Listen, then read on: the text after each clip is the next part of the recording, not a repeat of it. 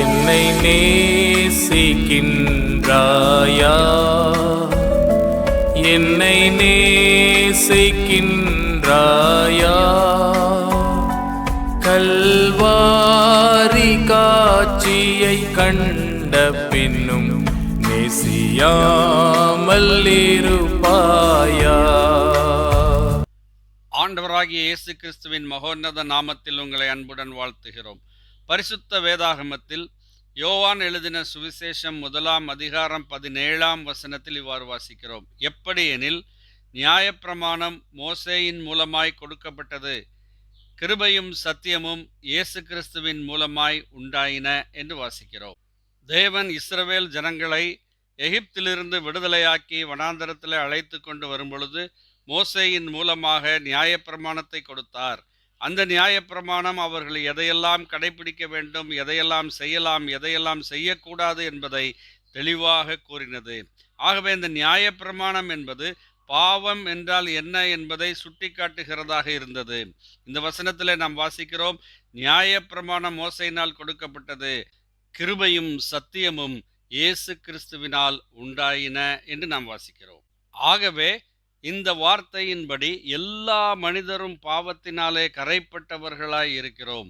ஆண்டவராகிய இயேசு கிறிஸ்து ஜீவிக்கும் போது மத்தேயு சுவிசேஷம் 15:19 வசனத்திலே அவர் இவ்வாறு கூறுகிறார், எப்படியெனில் இருதயத்திலிருந்து பொல்லாத சிந்தனைகளும், கொலைபாதகங்களும், விபசாரங்களும், வேசித்தனங்களும், களவுகளும், பொய்ச்சாட்சிகளும், தூஷணங்களும் புறப்பட்டு வரும். இன்றைக்கு எந்த மனிதனுமே நான் பாவம் செய்யவில்லை, மேற் சொல்லப்பட்ட காரியங்கள் எல்லாம் என் இருதயத்தில் இல்லை என்று சொல்ல முடியாத நிலை இருக்கிறது. அருமையானவர்களே, நியாயப்பிரமாணம் பாவம் என்றால் என்ன என்பதை சுட்டி காண்பித்தது. ஆனால் ஆண்டவராகிய இயேசு கிறிஸ்துவின் மூலமாய் கிருபையும் சத்தியமும் உண்டாயின என்று நாம் வாசிக்கிறோம். ஆகவே ரோமருக்கு எழுதின நிருபம் 6 அதிகாரம் 23 வசனத்தின்படி, பாவத்தின் சம்பளம் மரணம், தேவனுடைய கிருபை வரமோ நம்முடைய கர்த்தராகிய இயேசு கிறிஸ்துவினால் உண்டான நித்திய ஜீவன் என்று பார்க்கிறோம். அருமையானவர்களே, பாவத்தின் சம்பளம் மரணம். பாவம் என்றால் என்ன என்பதை நியாயப்பிரமாணம் சொன்னது. பாவத்தின் சம்பளம் மரணம் என்பதை இந்த வேதாகமம் கூறுகிறது. மரணம் என்பது நித்திய மரணம், தேவனை விட்டு பிரிக்கப்பட்டு சதா காலங்களிலும் நரகத்தின் வேதனைக்கு போவதை குறிக்கிறது. ஆனால் தேவனுடைய கிருபை வரமோ நம்முடைய கர்த்தராகிய இயேசு கிறிஸ்துவினால் உண்டான நித்திய ஜீவன் என்று வாசிக்கிறோம். எப்படி அது நடந்தது?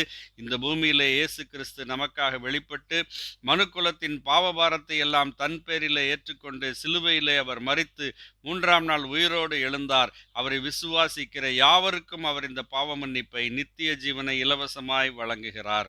ஆம் அருமையானவர்களே, கிருபையும் சத்தியமும் இயேசு கிறிஸ்துவின் மூலமாய் உண்டாயின என்று நாம் பார்க்கிறோம். நீங்களும் ஆண்டவராகிய இயேசு கிறிஸ்துவின் மூலமாய் இந்த கிருபையிலே பிரவேசிக்கும் ஸ்லாக்கியத்தை பெற்றுக்கொள்ள வேண்டும். பாவ மன்னிப்பையும் ரட்சிப்பையும் நித்திய ஜீவனையும் சுதந்தரித்துக் கொள்ள வேண்டும் என்பதே உங்களுக்காக நாங்கள் செய்யும் விண்ணப்பமாய் இருக்கிறது. ஆமேன். நன்றி.